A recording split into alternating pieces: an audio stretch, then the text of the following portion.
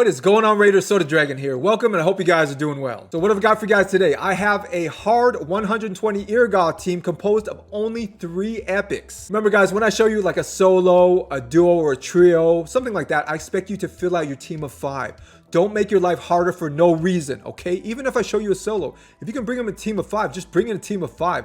Don't make your life harder unnecessarily. So here's the trio that we're going to be using today. This can comprise the core of your hard 120 Iragoth team. So I had previously recorded this whole video in detail. It was done and it kind of got jacked up on my computer. So I'm having to re-record everything. So instead of going into like super in-depth like I did, I'm just going to give you like a Cliff Notes version of how this boss works and how this team works. So what do you need to know about Iragoth? Well, he hits super hard and he puts block cooldown skills on your champs and he puts your skills on cooldown. So it's going to make it really hard for your champions to use their cooldown skills unless you build them with like over 450 resist. So for this team right here, we're not trying to resist Iragoth. So no, we're not building any 450 resist champions. We don't care about Iragoth. Iragoth can put our skills on cooldown. Go ahead, it doesn't matter. Because in fact, all the cooldown skills are turned off once we get to Iragoth. So we're not even planning to use them. All we're using for this team are their A1s. But that being said, if you want to bring in a reviver and you want them to use their cooldown skills, obviously their reviver, then yes, you're going to need to build them with 450 plus resistance. So that is definitely something that you need to do if you absolutely need to use a champion's cooldown skills for this boss. So we don't care about Iragoth putting our skills on cooldown. What do we care about? Iragoth's damage. So how do we mitigate that? Well, with the attack down debuff, and we have 2 Jerags to help us out with that. So if you're having trouble with Iragoth, you need to bring in 2 attack down champions, 2 A1 attack down champions. A lot of times 1 will not be enough, honestly, because Iragoth takes those double turns, those back-to-back turns. You need to have that 100% uptime on a 2-turn attack down, or at least like 99% of the time. And that's much easier to achieve with 2 attack down champions than 1. No, it's not redundant. You're gonna need it, okay? So bring in 2 attack down champions. So I said this is not a high resist team, and I also said we don't care about Iragoth's debuffs and putting our skills on cooldown. So we don't care about resisting Iragoth. But this is a medium resist team. So how does that make sense? It's because we're actually trying to resist the adds, that is those minions debuffs. We're not trying to resist Iragoth, we're trying to resist the minions. So we definitely don't want that defense down from the adds to land on our champions, because Iragoth is gonna hit way too hard if that happens. He's gonna hit like a freight train. We will not be able to take those hits with defense down on our champions. And as far as the provokes, yes, especially for the Jerags, we don't want those provokes to land because we want them to always be attacking Iragoth with their A1s to make sure they land that attack down and not the minions and wasting those attack downs on them. As far as Vrask, yes, we do want him to resist those debuffs, but if he gets provoked every now and then, it doesn't really matter because he's going to heal everybody the same no matter who he hits. As far as the skill instructions, make sure for round 3 to turn off Jerag's A2, both of the Jerags here. Make sure to turn off Pack Leader. We don't want him to cast it at all, even if he has a chance to, because that ally protection is going to end up killing him. Now, Skull Crowns, they're nobodies. Once again, fill out your team with whoever. These are just champions I use to get through the waves pretty much, and they die really early in the Iragoth fight. They're horrible champions to use for Iragoth, which is why I chose them. Hopefully you can see how horrible they are. They're just examples of who to get you through those waves. And as far as Vrask, make sure to turn off his A2 for the final boss as well. That is round 3, because his A2 does not turn meter boost him. A1 and A2, they heal equally, but his A2 does not turn meter boost him. His A1 does, so we only want him to use his A1. So guys, who would be much better choices to use instead of those Skull Crowns? Well, we have Scylla Drakes here and Doom Priest. They would be a million times better than those Skull Crowns. Now, I know what some of you guys are saying. Can I replace one of the healers with somebody like a Drexar for more DPS? Yes, you can, but if you end up dying at Iragoth, if you're not getting through Iragoth, that is finishing the fight, then take out your DPS, put in another healer. It's not because you're not doing enough DPS that you're dying. It's because you're not getting enough healing. So what's the answer to this? Just put in another healer. Yes, the run will take a little bit longer, but winning the fight is more important than doing a lot of DPS and losing the fight. So this run is completely full auto, but make sure to target Iragoth once you get to him. That is, you want to see that red circle with the X underneath it, underneath Iragoth. So it is full auto, but it's targeted auto once you get to Iragoth. Once again, target him, not the adds. Do not try to kill the adds first. You must target Iragoth himself, then you should be fine.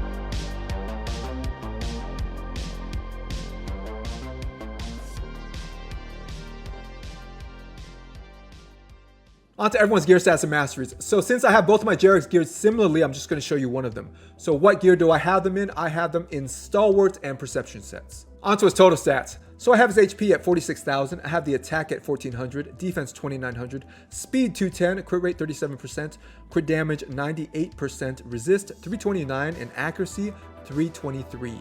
So as far as the accuracy numbers you need for Iragoth Hard 120, you need about 330 accuracy. So try to shoot for there. You see, I have pretty close to that.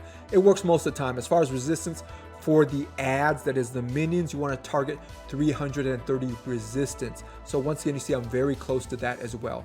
So 330 accuracy or plus accuracy and 330 plus resistance. On to his masteries. So down the offense tree here, we do have War Master, so we're getting bonus damage based off enemy max HP. And we also have Life Drinker here, so we're healing for 5% of damage dealt when Jarek is under 50% health. This works really well in conjunction with War Master. And down the support tree, we do have Lasting Gifts. This is really important for those continuous heals from Jarek's passive. Make sure to get this. This is really important. Lasting Gifts. And we also have Master Hexer here, probably equally as important for extending the duration of that attack down from Jarek's A1. It doesn't have a 100% chance to land even when booked, so it's important when it does hit, when it does proc, that we extend it to 3 turns potentially. Alright guys, on to Vrask. So how is he geared? I have him in a Frenzy set and an Immortal set. On to his total stats. So his HP is at 85,000, his attack is at 1700, defense 1800, speed 174, crit rate 92%, crit damage 114%, resist 269, and accuracy 110. So guys, make sure to build your Vrask with as high max HP as possible because that's going to determine how big his heals are. The heals are based off his max HP, so the higher the better. Make sure his speed isn't too slow. Don't overly rely on that Frenzy set. And he doesn't need any accuracy, but he does need crit rate to land his heals. It only works if he lands a crit. Crit damage doesn't matter, but make sure his crit rate is 100%. You see, mine isn't there, but it's pretty close. So try to get your Vrask to 100% crit rate. On to his masteries. So down the offense tree here, we do have War Master, so we're getting bonus damage based off enemy max HP. And we do have Life Drinker here, so we're healing for 5% of damage dealt when he's under 50% health. And as far as Cycle of Violence, don't get it. And down the defense tree, we do have Retribution here, so when Vrask takes a big hit over 25% of his max health, he has a chance to counterattack with his A1, which is going to heal everybody on the team.